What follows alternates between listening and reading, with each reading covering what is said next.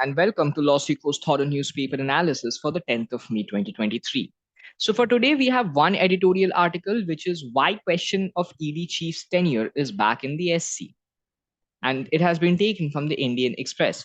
For the next two segments, we have the news update and the legal news, which are a part of our initiative to keep the students updated with the current happenings around the country.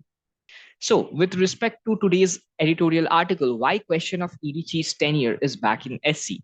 Now, it talks of the 2021 judgment of the Supreme Court on the same issue. And it has recently gained spotlight again because the Apex Court has now stated that it might revisit this 2021 judgment that's deals with the tenure of a superannuated officer, which can be extended only in exceptional cases. Another question arises is since it's the 2021 ruling that is the subject matter of this particular problem, what is it all about?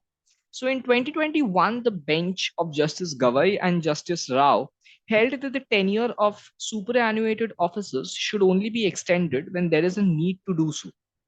So what happened is basically Mishra, the ED chief, his tenure had superannuated and the government wanted to give him an extension. So based on this, a particular NGO had gone forward and filed a plea as to why he should be given an extension. And to this, the government had said because it would help in certain administrative processes, and there was also this FATF administration, the FATF administration that would come to India and benchmark India's position according to their guidelines. So it would help in the continuity of the matter. And this is why they wanted to give and still want to give him a particular extension to his superannuated tenure. So when this matter reached the Supreme Court, the two-judge bench of Justice Gavai and Justice Rao, they held that when we are talking of officers who had superannuated, the period of service could only be extended if there is an absolute need to do so. And even then, even if there is a particular need where an extension has to be given to a particular officer, that should be for a very short duration. Now, the SC particularly stated that when it came to reading Section 25, subsection D of the Central Vigilance Commission Act, the same could not be read as more than 2 years simply because the statute states that not less than 2 years. And coming back to the second request of the ED chief's extension as it has come up now, what has the SC stated now that makes us revisit the 2021 judgment? So Justice Gavai in particular has recently held that the 2021 case had not been properly judged and may be required to be looked into for further consideration. Now, this is because the previous judgment of 2021 on the same issue only deals with the initial appointment and not with extension, as has been highlighted by the council. Now, Mishra, the subject matter of this entire problem, who is also the ED chief, is set to complete 5 years as ED chief in November this year. So with that, we move on to the national news for today. Firstly, we have Reserve Bank of India imposes penalty worth rupees 1.75 crore on HSBC. Now, the Reserve Bank of India has imposed this amount of penalty on HSBC on accounts of non-compliance. The supervisory evaluation revealed that the bank had furnished incorrect information about expired credit cards with nil dues to all the four credit information companies, or as we call them, CICs. The penalties are based on deficiencies in regulatory compliance and is not intended to pronounce upon the validity of any transaction or agreement entered into by the banks with their customers. Next up, we have Andhra CM launches Jaganannaku Chebudam. So the initiative is aimed to provide prompt and quality solutions to the grievances that are raised by people pertaining to welfare and government schemes. People will be able to raise issues round the clock and apprise the Chief Minister of the same. The initiative shall also serve as a means to educate the people about the government services and welfare schemes. The people will also be able to connect directly with the Chief Minister's office. Thirdly, we have finally a VTOL craft for India. Air Force receives first batch of indigenous VTOL loitering munition.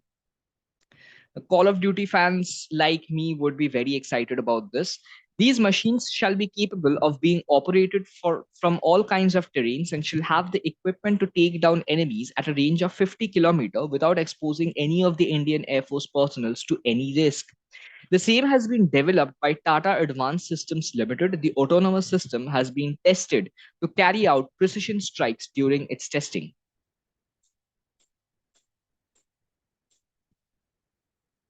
Next up, we have Operation Trinetra, which is happening in Rajouri Mountains to flush out militants who are hiding there.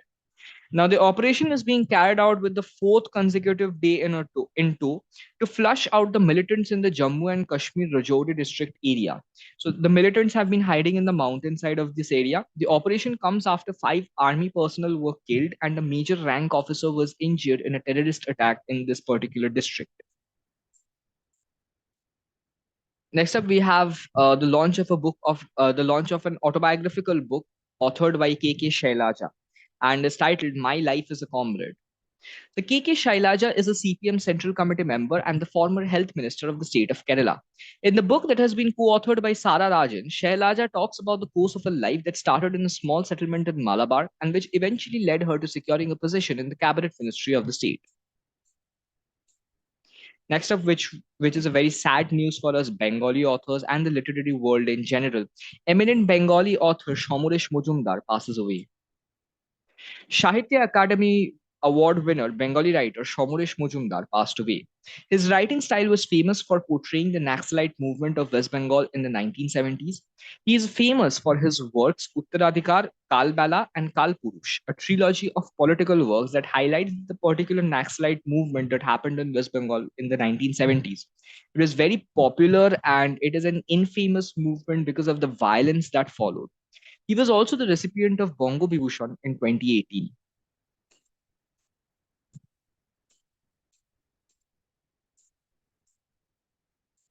Next up, we have the international news for today. China's mystery spacecraft returns to Earth. An experimental spacecraft that had been launched by China has finally returned to Earth after spending 276 days in outer space. The test marks an important milestone in China's research into reusable spacecraft technology. Next up, we have Spain's Carlos Alcaraz wins Madrid Open 2023. And with this, he's back to rank number one. Alcaraz beat John Leonard to guarantee his return to the number one spot by playing at least one match in the Italian Open. It was Alcaraz's 29th win of the season and the 21st straight in Spain, going back to a loss to Rafael Nadal in Madrid on his 18th birthday 2 years ago. Next up, we have ACC decides to move the Asia Cup out of Pakistan.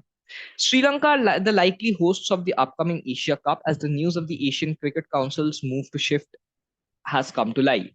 Now, the Pakistan government had come forward and offered that when it came to particularly with matches of India, India could have these matches held in Dubai.